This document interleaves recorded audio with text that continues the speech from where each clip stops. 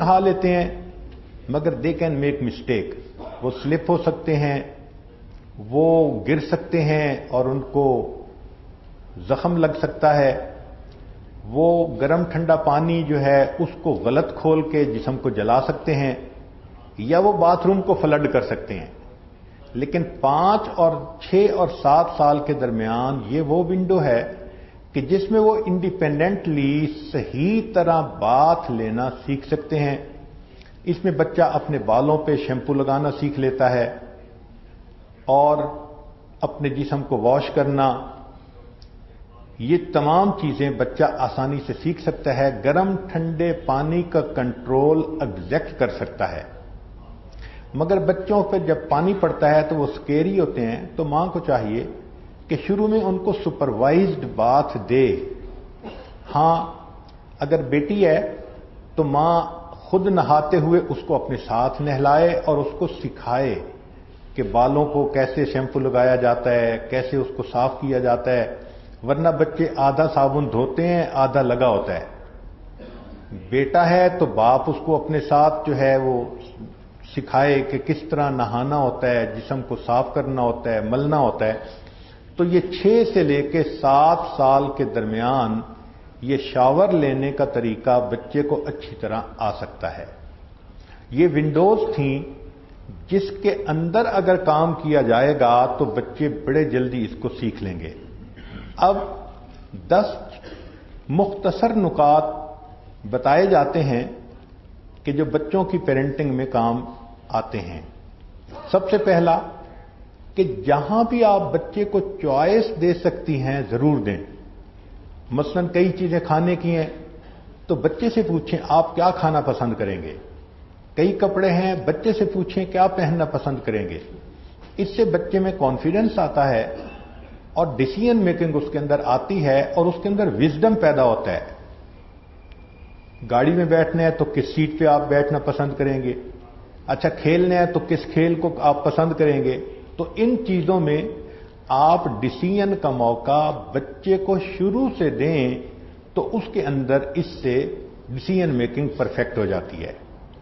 دوسری بات کہ اگر کسی موقع پہ کوئی بچہ کام کرنے پہ راضی نہیں تو انسسٹ نہ کریں، غصہ نہ کریں، ڈانٹ ڈپٹ نہ کریں۔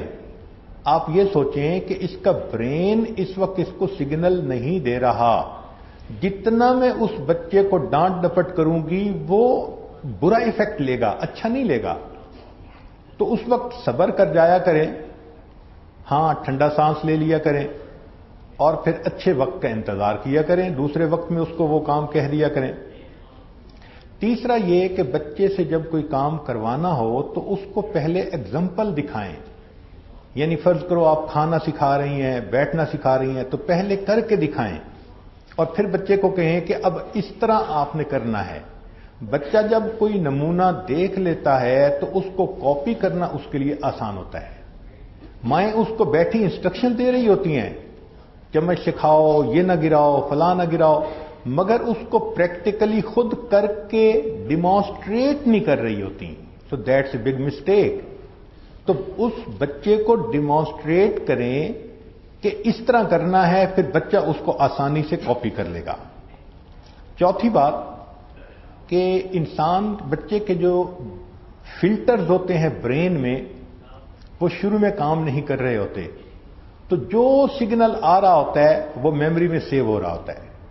لہذا سائنسدانوں نے ریسرچ کر کے یہ دیکھا کہ 2 سال سے پہلے بچے کو کوئی سکرین استعمال نہیں کرنی دینی چاہیے، چاہے ٹی وی کی سکرین ہو، چاہے کمپیوٹر کی ہو، چاہے آئی پیڈ کی ہو۔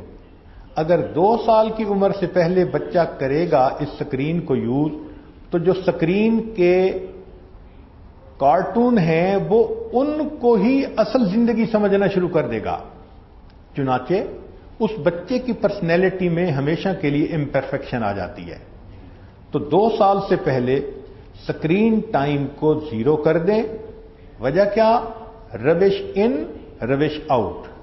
جب اس کے ذہن میں ہی شروع سے آپ نے یہ چیزیں ڈال دیں کہ اس نے لڑتے جھگڑتے دیکھا، تو لڑائی جھگڑا بچے کے ذہن میں ہمیشہ کے لیے پرنٹ ہو جاتا ہے۔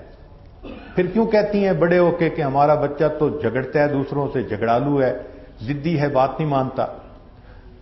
تو اس بات کا بڑا خیال رکھیں۔ پانچواں پوائنٹ یہ کہ بچہ اگر کوئی کام مرضی کے مطابق کرے تو اس کو پھر آپ اپریشیٹ بھی کریں۔ اپریشیٹ میں اس کی تعریف بھی ہے، بچے کو کس کرنا بھی اپریسیشن ہے، اور بچے کو حق کرنا بھی اپریسیشن ہے۔ اپریسیشن کا نام کھلونا ہی نہیں ہوتا، یہ چیزیں بھی بچے کے لیے اپریسیشن ہوتی ہیں، مسکرا کے دیکھنا بھی اپریسیشن ہے، مگر اپریسیشن زیادہ کرنی چاہیے۔ عام طور پر دیکھا کہ مائیں اکثر باتوں پہ نہ کرتی رہتی ہیں۔ اگر ہم ہر دن کی لسٹ بنائیں کہ ماں نے بچے کو کتنی باتوں پہ نو کیا تو شاید 100 سے زیادہ مرتبہ ہم نو کر دیتے ہیں۔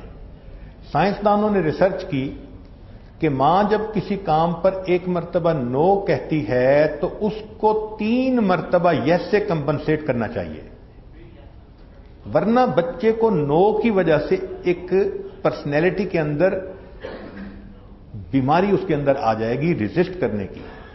تو یہ ذہن میں رکھیں کہ اگر آپ نے بچے کو کسی بھی کام پہ ایک دفعہ نو کیا، اب کم از کم 3 مرتبہ اس کو یس کریں مختلف کاموں میں، تو وہ بیلنس پرسنالٹی بنے گا۔ پھر بچے کو آپ اگلے دن کے بارے میں جو بڑا کام کوئی کرنا ہو، سفر پہ جانا، ملنا، مہمانوں کا آنا، وہ ضرور بتائیں۔ بچہ اگرچہ چھوٹا ہوتا ہے مگر اس کو اگلے دن کے بارے میں بتا دیا جائے تو وہ مینٹلی پرپیئرڈ ہوتا ہے۔ ہم لوگ پہلے بتاتے کچھ نہیں، جب اچانک مہمان آ جاتے ہیں تو بچہ ریئیکٹ کرتا ہے اور ہم پھر کہتے ہیں یہ ضدی ہے، یہ بات نہیں مانتا، یہ شور مچاتا ہے۔ اس کا قصور نہیں ہوتا، ہمارا قصور ہوتا ہے۔ پھر 7ویں بات کہ بچہ صرف ماں سے نہیں سیکھتا، گھر کے باقی افراد سے بھی سیکھتا ہے۔ تو کوشش کریں کہ کھانا سب مل کر دسترخوان پہ اکٹھے کھائیں۔ وہ بچہ باپ سے بھی سیکھے گا، ماں سے بھی سیکھے گا، بہن سے بھی، بھائی سے بھی، آنٹی سے بھی، جو دسترخوان پہ ہوں گے سب سے سیکھے گا۔ تو یہ بچے کی ایک انفارمل ایجوکیشن ہوتی ہے، چنانچہ اس کا بچے کو بہت فائدہ ہوتا ہے۔ 8ویں چیز کہ گھر کو اس طرح سے رکھیں کہ بچے کے لیے ایکسپلوریشن اور پلے کرنا اس کی آزادی ہو۔ جو چیزیں ٹوٹنے والی ہیں ان کو پہلے سمیٹ دیں۔ کہاں لکھا ہے کہ ان کو ایسی جگہ رکھنا ہے جو بچے کی پہنچ میں جائے؟ بچے کا لرننگ کرو ہے، اس کے ہاتھ میں جو چیز آئے گی وہ پہلے اس کو منہ میں ڈال کے دیکھے گا،